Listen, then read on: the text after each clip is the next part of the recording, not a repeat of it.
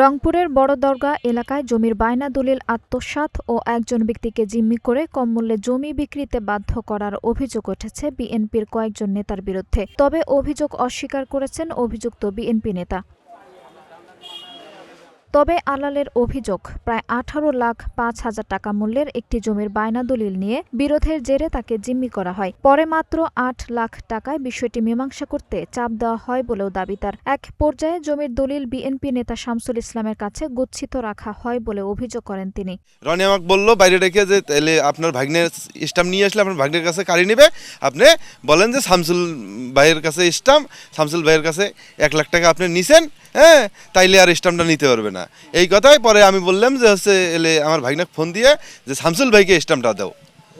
শামসুল ভাই উনি যাইয়া আমাকে ওখান থেকে উদ্ধার করে নিয়ে আসে। অভিযোগের বিষয়ে সরেজমিনে অনুসন্ধানে গিয়ে ভিন্ন তথ্য পাওয়া যায়। আলাল নিজেই সাহায্যের জন্য বড় দরগা এলাকার 7 নম্বর ওয়ার্ড বিএনপি সভাপতি শামসুল ইসলামকে ডেকেছিলেন বলে স্বীকার করেন। ঘটনাটি নিয়ে তার এমন বক্তব্য নতুন প্রশ্নের জন্ম দিয়েছে।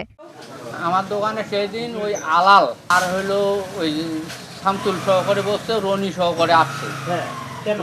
ওই যে টাকার বিষয়ে ওদের করে ওই যে জমি বিক্রয় না করা বিষয় নিয়ে আসিয়ে বসার পরবর্তীতে রনি আসলো। রনি আইসার পরবর্তীতে এখানে ওই আলাপ আলোচনা চলছে। টাকা ওই ওদের ঘরে কি আলাপ আলোচনা হয়েছে, এই ডাঙ্গাডাঙ্গি বা ফাড়াফাড়ি বা কোনো কথা ঝকঝক এইগুলা কোনো কিছুই হয়নি। এটা চাপের মুখে স্টাম্পটা ওরা ওই 8 লাখ টাকা দিবে কয়ে স্টাম্পটা নেয়। শামসুল ভাই ওখানে ছিল না, শামসুল ভাই ছিল পাওটা নাই। পরে আমার ভাগ্নের কাছে স্টাম্প, হ্যাঁ, ভাগ্নেকে ফোন দিয়ে বলছি শামসুল ভাই আসতেছে, স্টাম্পটা শামসুল ভাই দাও। পরে শামসুল ভাই যায় আমাকে ওখানে থেকে নিয়ে আসে। স্টাম্পটা শামসুল ভাইয়ের কাছে ছিল, হ্যাঁ, তারপরে হাসিম ভাইকে দেয়। হাসিম যেদিন স্টাম্পটা শামসুল ভাইকে দেওয়া হয় সেদিন হাসিম ভাই সাক্ষী ছিল।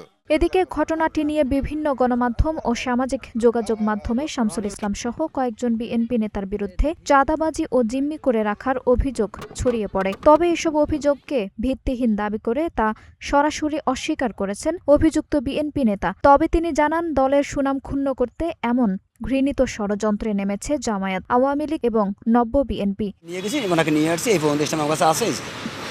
টাকা নেওয়ার কথা আজকে, টাকা ওরা দিলে স্টাম্প দেবো না স্টাম্প ওনাকে ফেরত দেবো। তখন তো একটা ঝামেলা, আলাল ফোন বন্ধ করে রাখছে। পরে আমি করলাম কি, আলালে ভাগিনাকে ফোন দিলাম, ও 2বার রিসিভ করার পরে আসতেছি নাই। পরে আমি যে ভাই আমাকে স্টাম্পটা দিল, আলালের প্রতিনিধি যে হাসিম ভাই, যারা দিয়ে আমি পাইলাম, সেই প্রতিনিধির কাছে আমি স্টাম্পটা দিয়ে দিই, হ্যান্ড ওভার করি। আমি এই জাতীয় প্রতিনিধি দল করার পর এই যে 17 বছর নির্যাতিত 4-5টা মামলা, 3বার জেল খাটছি।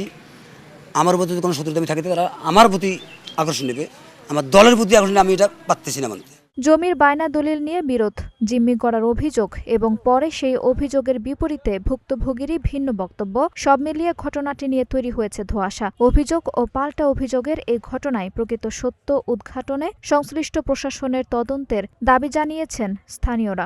ঘটনাটি নিয়ে এখনো কোনো লিখিত অভিযোগ দায়ের হয়েছে কিনা সে বিষয়ে নিশ্চিত কোনো তথ্য পাওয়া যায়নি। তবে অভিযোগের সত্যতা যাচাইয়ে প্রয়োজনীয় ব্যবস্থা নেওয়ার কথা জানিয়েছেন সংশ্লিষ্টরা।